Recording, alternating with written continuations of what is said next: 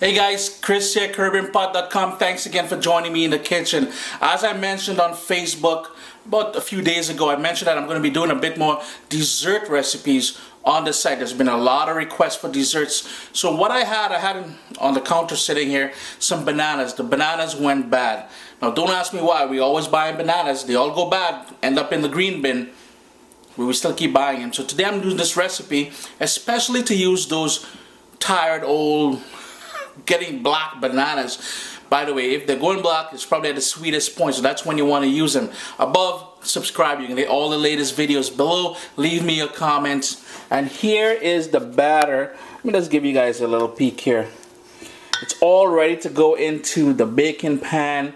I've got to add the chopped up walnuts to this, so it's banana bread with walnuts. It's gonna be yummy. Can't believe I just said yummy. I've never used that word before. But here we go, guys. Banana bread with walnuts. The oven is preheating 350 degrees, so let's get cracking. Let's run through the ingredients for making this delicious banana nut bread.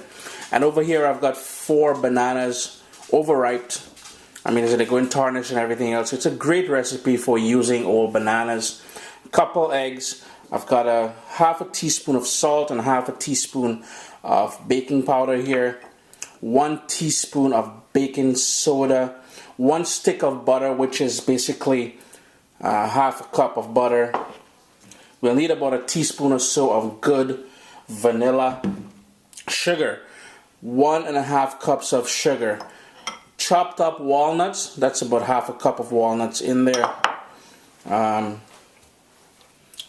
Sour cream, yes, I'm using sour cream because this is how we're going to get this nice and moist. I'm going to use about 4 tablespoons of this sour cream. And finally, flour, just all-purpose flour, a couple cups of flour. If I forgot anything during this little ingredients list here, I'll be sure, as I normally do, to tell you as we go along. The first thing we've got to do is cream the sugar, butter, and salt. So I've got all 3 things in the bowl here. And I'm just going to use my trusty hand mixer because I don't have one of those stand-up KitchenAid mixer, so I'm going to go ahead and whisk this together. If you want to do this by hand, you can certainly do so as well with the use of a whisk. It's going to be a lot of work because we need that smooth consistency from it all.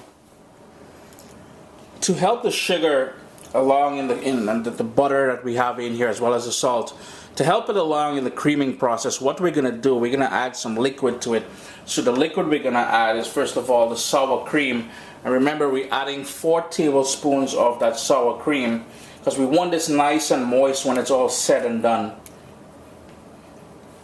Then we're going to just crack in the eggs.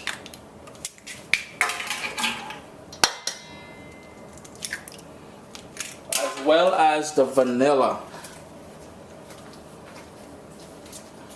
If I could just get it open. I'm just going to go ahead using my hand mixer and whip that all together into a nice cream, butter, sugar, egg, sour cream mixture. Hey, you know what I mean. It took a few minutes with the hand mixer.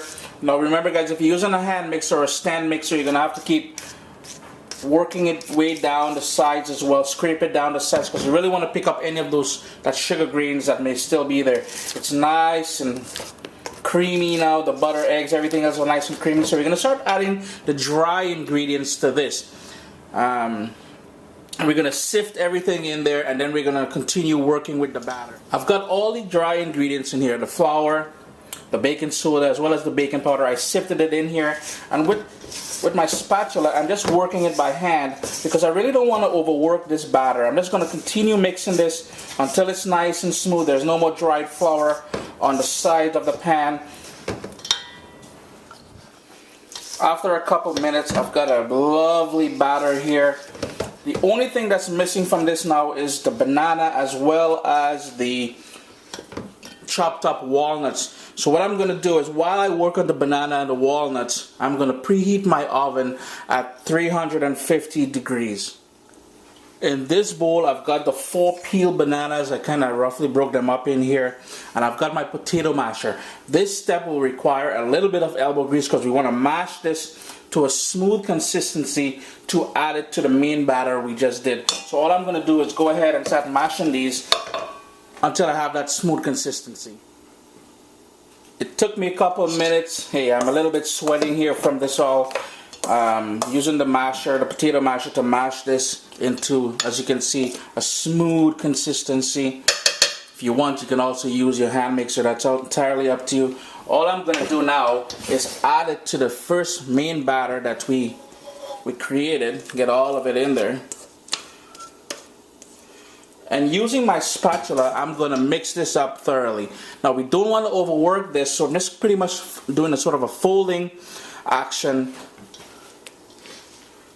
until it's all incorporated in here. You want a nice smooth batter. The batter is almost ready. As you can see, it's a lovely smooth consistency. All we're going to do now is those chopped walnuts. We're just going to fold them in. And what you want to do in the meanwhile as well too is I'm using a silicone bundt pan. Typically they don't need to be greased, but I'm still using some cooking spray on there. What you want to do, if you're using a bread pan or a loaf pan or any sort of metal pan, you want to grease and flour it, dust it with flour, dump it out and get ready. So all I'm going to do here now is fold this in. Just folding in those lovely pieces of walnuts into this, because you want to make sure that every bite you get just a little piece of that walnut.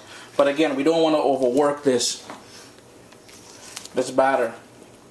So it's nice and all in there now. So all I'm going to do, and I have that pan, because it's a bit flimsy, I'm going to be using a cookie sheet on the bottom just to help me put it in and remove it from the oven. I'm just going to pour all of that beautiful batter in there.